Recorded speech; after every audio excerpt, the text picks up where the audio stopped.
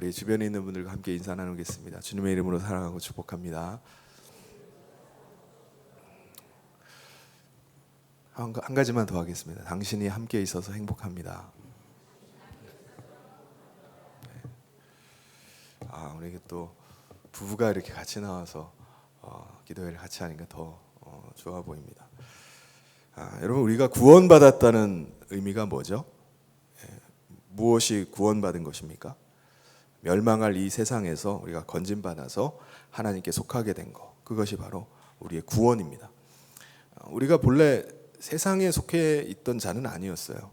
하나님께서 처음 우리를 창조하셨을 때는 하나님 안에 있었습니다. 하나님과의 깊은 사랑을 나누는 관계 속에 우리가 있었습니다. 그런데 우리 인간이 하나님을 거부하고 하나님을 마음에 두기를 싫어해서 하나님을 떠나버린 겁니다. 여러분, 두 사람이 연인으로 서로 깊이 사랑하고 사귀다가 깨졌다고 한번 생각해 보세요. 관계가 틀어져 버립니다. 두 사람이 왜 틀어지죠? 왜 관계가 깨질 수 있습니까? 두 사람이 서로 사랑하고 관계를 지켜나가야 되는데 분명히 둘 중에 하나가 배신을 한 겁니다. 차버린 거예요. 그러니까 거부를 한 것입니다. 그러면 거부한 쪽은 그래도 좀 덜할 텐데 거부당한 쪽은 굉장히 마음에 상처가 될 겁니다. 더군다나 거절한 사람이 자기랑 헤어지자마자 바로 환승연애를 해버리는 거예요. 바로 딴 사람 사귀기 시작합니다. 그러면 충격이 이만저만이 아니겠죠. 어떻게 나랑 헤어지자마자 저렇게 할 수가 있나? 본래 양다리 아니었나? 그동안 나랑 이런 건 뭐였나? 이런 생각을 하게 될 것입니다. 여러분, 하나님께서도요, 우리가 하나님과 사랑의 관계 속에 있다가 우리가 하나님을 거부하고 하나님을 떠났을 때 하나님께서도 그 마음에 깊은 상처를 받으셨습니다. 하나님의 마음이 얼마나 아프겠어요. 우리를 사랑하는 존재로 그렇게 사랑을 쏟으시고 우리를 아끼시고 위하시는데도 불구하고 우리가 그걸 거부를 하는 겁니다. 그럼에도 불구하고 우리가 하나님을 떠났음에도 불구하고 하나님은 우리가 계속 돌아오길 기다리시는 거예요. 하나님께서 우리를 계속 기다리시는데 우리는 세상을 사랑하고 세상에 더 깊이 빠져갑니다. 세상과 짝지으면서 온갖 죄악 가운데 빠져 사는 거예요.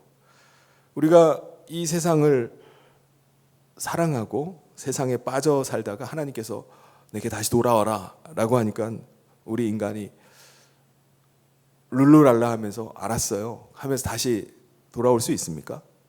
다시 돌아올 수가 없습니다. 왜 우리 인간이 하나님께 다시 돌아올 수 없는 거죠? 하나님과 처음에 가졌던 그 사랑의 관계를 다시는 가질 수가 없기 때문입니다. 여러분, 연애를 하던 사람이 상대방과 헤어지고 나서 바람이 나가지고 이 사람 저 사람 다 만나고 다니는 거예요. 온갖 사람들과 다 사귀면서 돌아다니다가 맨 나중이 돼가지고 그래, 처음이 제일 좋았어, 처음 사람으로 돌아가자 라고 해가지고 처음 사람 만나가지고 이제 다시 처음 마음 가지고 합시다, 이렇게 하면 받아들이겠습니까? 우리와 하나님과의 관계도 마찬가지예요. 우리 인간이 세상과 깊이 짝하고 세상에 빠져서 세상을 사랑하다가 다시 돌아와가지고 하나님밖에 없습니다, 하나님이 최고예요, 다시 받아주세요 라고 하면은 이게 받아들이겠습니까? 받아들일 수가 없어요. 왜 그러냐면은 처음 마음으로 돌아갈 수가 없기 때문입니다. 그럼 어떻게 해야 되죠? 진짜 초심으로 처음 그 사랑의 마음으로 다시 돌아가려면은 진짜 죽었다가 다시 태어나는 수밖에 없습니다. 그러면 진짜 초심이 가능할 거예요. 근데 인간이 다시 태어나려면은 죽어야 되는데 그럼 어떻게 다시 태어납니까? 그냥 죽는 거예요. 다시 태어날 수가 없습니다. 그래서 우리 인간이, 하나님은 우리가 돌아오길 원하시지만은 우리 인간이 돌아간다는 것은요 불가능해요. 다시 돌이키는 거, 세상에 깊이 빠져 있다가 돌아서는 거, 이게 불가능한 일입니다. 우리 인간의 힘으로 할 수가 없어요. 다시 돌아올 수도 없고 다시 사랑할 수도 없습니다. 그러니까 우리 인간은 이렇게 살다가 세상에 빠져 살다가 그냥 죽는 수밖에 없습니다. 멸망당할 존재가 바로 우리 인간인 겁니다. 그런데 우리 인간의 머리에서는 도저히 나올 수 없는 생각을 하나님께서 계획을 하셨어요. 우리 인간의 생각에서는 도저히 나올 수가 없는 생각입니다.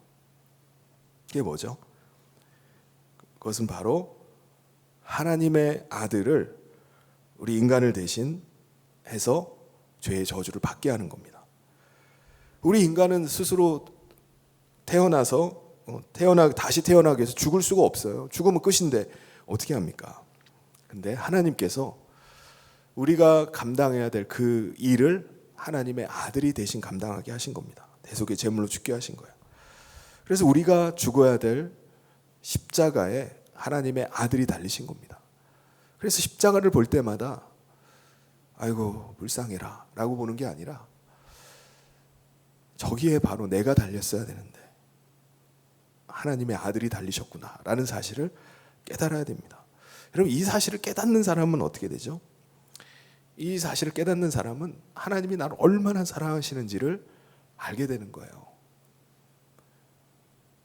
하나님의 아들까지도 주시면서 나를 하나님이 너무나 사랑하시는구나 라는 사실을 깨닫게 되는 겁니다.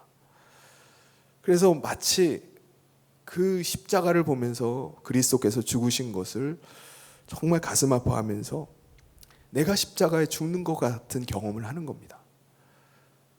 그리스도께서 죽으실 때 나도 같이 죽었구나 라는 것입니다. 그래서 그 십자가를 바라보는 사람은요, 회개합니다.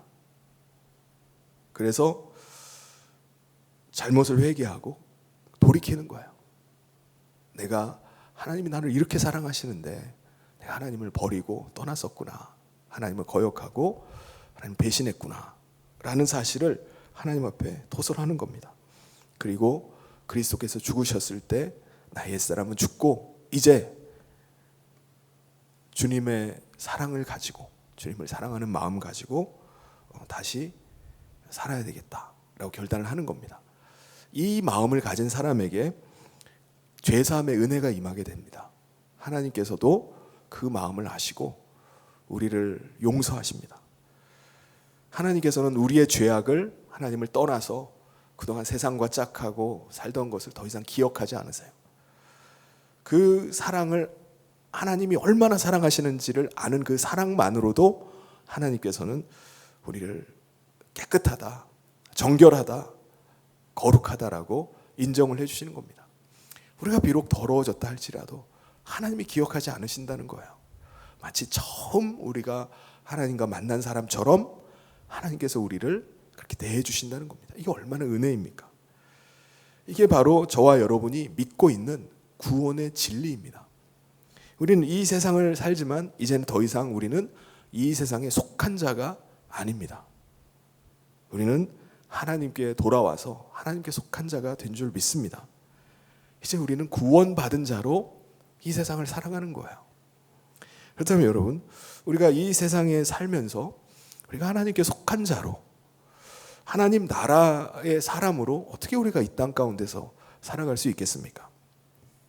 다시 우리가 세상으로 돌아가 버리는 거 아닙니까? 하나님께서는요, 우리를 그냥 두시지 않고요, 돌아온 우리 가운데 하나님의 영을 보내주십니다. 하나님의 영, 아들의 영을 우리 가운데 보내셔요. 그분이 누구시죠? 성령님이십니다. 그래서 성령님께서 하나님과 아들 예수 그리스도와의 사이에서 교통하시면서 우리로 하나님의 뜻을 알고 하나님의 마음을 가지고 이 땅을 살게 하시는 겁니다. 여러분, 성령님은요, 아버지 하나님의 영이시기도 하지만 성경에 보면은 그리스도의 영, 아들의 영이다라고 말씀을 합니다. 그래서 우리 안에 임하시는 성령님을 통해서 우리는 아버지의 생각을 알 수가 있는 거예요. 그리스도의 마음을 우리가 알 수가 있는 겁니다. 그분이 직접, 그리스도께서 직접 내 안에 거하시는 것은 아니지만은 그의 영을 통해서 우리가 그 마음을 갖게 되는 것입니다. 우리 10절 말씀 우리 같이 한번 읽어보도록 하겠습니다. 시작. 오직 하나님이 성령으로 이것을 우리에게 보이셨으니 성령은 곧 모든 것 곧 하나님의 깊은 것까지도 통달하시느니라. 예. 그래서 우리 안에 하나님의 영이신 성령님이 임하시면요, 하나님의 영이신 성령님이 우리의 생각을 아실까요? 모르실까요? 우리 안에 거하시니까 당연히 알죠. 우리 안에 들어와 계시기 때문에 우리의 생각을 훤히 아십니다.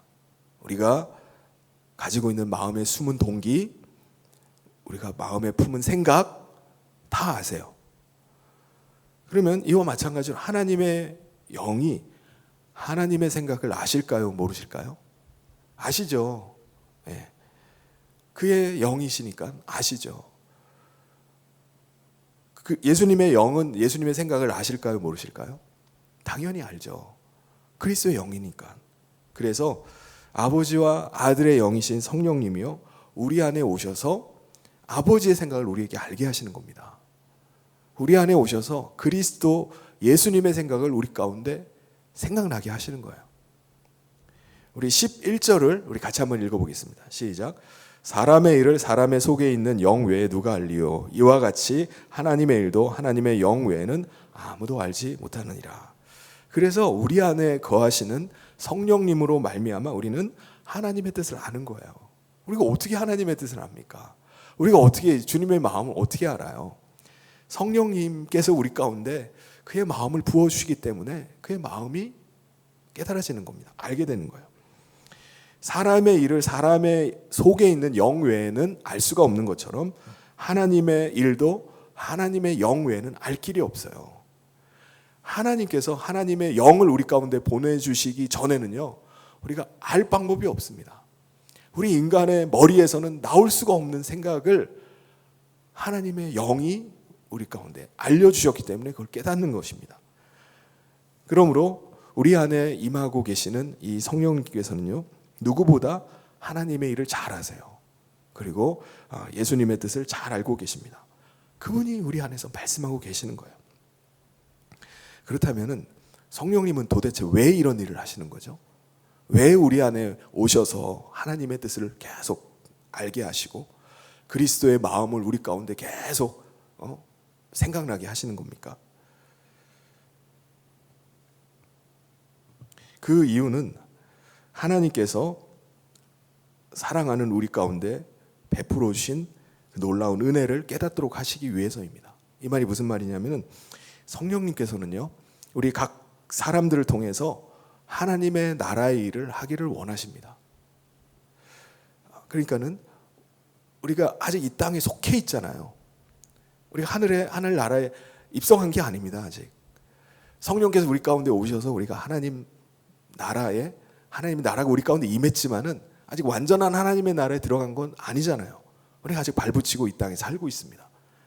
그런데 성령님께서 우리 가운데 임하셔서 이 땅에서 하나님 나라의 일을 하면서 하나님의 백성으로 살기를 원하시는 거예요.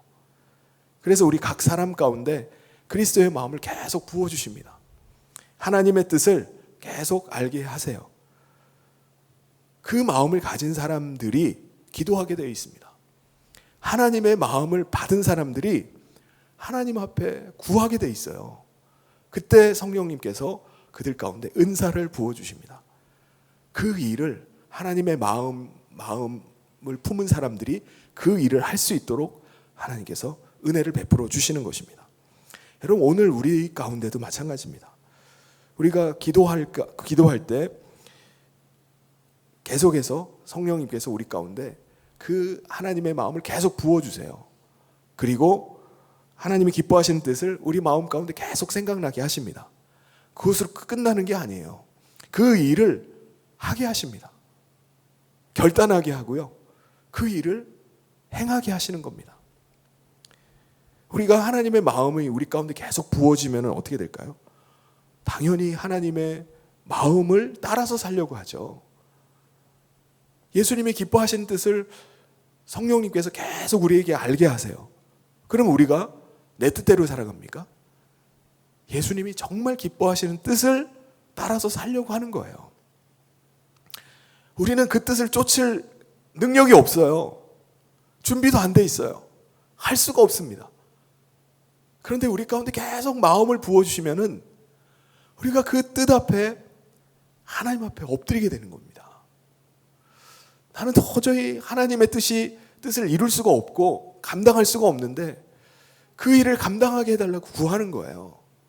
하나님께서 나를 통해서 뭔가 일을 하기를 원하시는데 그 마음이 내 마음에 계속 부어지는데 그것을 그냥 무시하고 사는 게 아니라 그 일을 품고서 기도하기 시작하는 겁니다.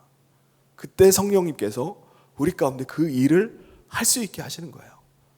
우리 가운데 은혜를 부어주시고 은사를 부어주셔서 그 일을 행할 수 있도록 우리가 결단하게 하고 우리가 마음에 결심을 하게 하는 것입니다. 여러분, 하나님의 기뻐하시는 뜻을 알고 그리스도의 마음이 우리 가운데 부어졌는데 우리가 어떻게 그걸 모른 척하고 있겠습니까? 그래서 오늘 성령을 받은 사람들은 그리스도의 마음을 쫓아서 살려고 하는 겁니다. 하나님이 기뻐하시는 뜻을 붙잡고 그 뜻대로 내가 그 방향으로 가고자 하는 거예요. 성령님께서 오늘 우리 가운데 그 일들을 행하십니다. 그런데 성령님은요, 우리 가운데 그 은사를 부어주셔서 일을 하게 하십니다. 주님의 마음에 기뻐하시는 뜻을 따라서 살게 하시는 거예요. 그런데 그 모든 일들이요, 그 은사들이 하고자 하는 것이 공동체를 위한 것입니다. 우리 믿는 자들이 이 땅에 하나님 나라 백성으로 살잖아요. 이 땅에 하나님 나라를 이루면서 우리가 살아갑니다. 그때 그 하나님 나라를 이루는 일을 할 수 있도록 은사를 부어주시는 거예요. 하나님 나라 백성으로서 공동체를 이뤄가는데 기여할 수 있도록, 역할을 감당할 수 있도록 성령님께서 우리 가운데 은사를 부어주시는 겁니다. 12절을 우리 같이 한번 읽어보도록 하겠습니다. 시작. 우리가 세상의 영을 받지 아니하고 오직 하나님으로부터 온 영을 받았으니 이는 우리로 하여금 하나님께서 우리에게 은혜로 주신 것들을 알게 하려 하심이라. 그래서 성령님께서 우리 가운데 임하셔서 우리 각 사람들이 다 희한하게도 주님의 기뻐하시는 뜻을 쫓아서 일하게 하는 거예요. 우리가 막 누가 설득하고 누가 억지로 막 시켜가지고 하는 게 아니라 우리 안에 하나님의 마음이 부어진 사람들이 내가 어떻게 하든지 내가 공동체를 세워야 되겠다. 우리 안에 임한 하나님의 나라를 세워가야 되겠다. 그 마음을 가지고 일을 하는 겁니다. 그런데요, 오늘 말씀해 보면은 하늘에서 하나님께서 보내신 영도 있지만 세상의 영도 있다고 말씀합니다. 세상의 영이 누구죠? 사탄입니다. 사탄은 하나님께로부터 온 영이 아니에요. 하나님께서 보내신 영이 아닙니다. 그럼에도 불구하고 사탄은요, 마치 자기가 하나님께로부터 온 영, 하나님께서 보내신 영인 것처럼 사람들을 속입니다. 사탄도 역사를 해요. 사탄도 자기가 사람들이 은사를 부어주는 것처럼 행세를 합니다. 사탄은요, 마치 우리 인간을 돕고 우리 인간을 통해서 하나님의 일을 하는 것처럼 속입니다. 욥기서를 보면 그것을 잘 알 수가 있어요. 마치 인간을 위하는 것 같은 그런 존재가 이 세상에 속한 영입니다. 근데 우리가 이거를 분별하지 못하면은 우리가 마치 하나님께서 나를 통해서 뭔가 일하시는구나 라고 착각을 하면요, 자기 탐욕과 자기 욕망을 위해서 일하면서 하나님의 일을 하는 것으로 착각할 수 있습니다. 사탄을 따라서 죄를 짓고 있는데도 나는 하나님의 일을 하고 있다, 나는 하나님께 쓰임받고 있는 자다라고 자가당착에 빠질 수가 있어요. 여러분, 우리가 봤을 때 사탄이 주는 은사가 있어요. 하나님께서 주신 것이 아닌데 마치 성령님께서 우리 가운데 역사하는 것처럼 보일 수도 있습니다. 근데 결정적인 차이는 뭐죠? 사탄이 주는 은사는요, 공동체를 세우고 공동체에 유익을 주는 게 아니라는 겁니다. 사탄이 주는 은사를 따라가면요, 공동체가 무너지기 시작해요. 공동체가 혼란에 빠지고요, 분열이 일어나기 시작합니다. 그렇다면 우리가 어떻게 분별해야 되죠? 13절을 우리 같이 한번 읽어보도록 하겠습니다. 시작. 우리가 이것을 말하거니와 사람의 지혜가 가르친 말로 아니하고 오직 성령께서 가르치신 것으로 하니 영적인 일은 영적인 것으로 분별하느니라. 아멘. 네, 우리 교회 안에서 우리가 각 사람들이 다 주님의 마음 가지고 섬기려고 해요. 부족하지만, 내가 할 수 있는 일이 많지는 않지만 그래서 내가 주님의 마음을 시원하게 하고 기쁘게 하기 위해서 내가 이 일을 해야 되겠다라고 하면은 성령님께서 우리 가운데 말씀하시는 것을 구해야 됩니다. 내가 이것도 하고 내가 저것도 해봐야지가 아니라 먼저 구하는 거예요. 여러분, 우리 사람의 지혜가 아무리 뛰어난다 할지라도 하나님의 지혜와 비길 수가 없습니다. 우리가 주의 일을 하고 주님의 교회 공동체를 위해서 섬기고자 할 때 우리는 먼저 엎드려야 되는 거예요. 하나님의 뜻을 먼저 구해야 되는 겁니다. 그래서 성령님을 통해서 나에게 정말 하나님이 원하시는, 하나님의 기뻐하시는 뜻이 뭔지를 구하고 하나님의 마음을 구하는 거예요. 그러면 성령님은 어떻게 하시죠? 말씀을 해주시는 겁니다. 우리 마음 가운데 하나님의 뜻이, 예수님이 기뻐하시는 뜻이 점점 분명해져요. 그래서 성령님께서 분별하게 해주십니다. 하나님께서 기뻐하시는 뜻이 이것이구나. 내가 이 일을 위해서 내가 섬겨야 되겠다, 일해야 되겠다 라는 생각을 하게 됩니다. 그래서 성령님께서 말씀하시는 것을 깨달아가는 사람은요, 언제든지 무슨 일을 하든지 먼저 막 일하고 시작하는 게 아니에요. 하나님의 뜻을 먼저 구합니다. 주님의 음성을 먼저 구하는 거예요. 어떤 일을 하든지, 내가 어떤 진로를 놓고 어느 방향으로 가고 무엇을 하고 어떤 계획을 하고 하기 전에 하나님께서 정말 원하시는 뜻이 무엇입니까? 예수님께서 정말 나에게 기뻐하시는 뜻이 무엇입니까? 이거를 구하는 거예요. 사람의 지혜로 판단하고 뭘 하려는 게 아니라 하나님의 지혜를 구하는 거예요. 하나님이 기뻐하시는 것이 무엇입니까? 그런데 성령 받지 않은 사람은 이런 일을 할 수 있을까요? 당연히 할 수 없죠. 자기의 지혜가 먼저 앞섭니다. 내가 생각했을 때 이게 옳아 보여, 이게 더 지혜로워 보여. 그럼 그 일을 주장하고 그 일을 하려고 하는 겁니다. 사람의 생각대로 하려는 거예요. 사람의 지혜대로 하려고 하는 겁니다. 그래서 14절을 우리 같이 한번 읽어보겠습니다. 시작. 육에 속한 사람은 하나님의 성령의 일들을 받지 아니하나니 이는 그것들이 그에게는 어리석게 보임이요 또 그는 그것들을 알 수도 없나니 그러한 일은 영적으로 분별되기 때문이라. 육에 속한 사람은요, 사실은 아직 구원받지 못한 사람입니다. 옛사람이 아직 죽지 않은 사람이에요.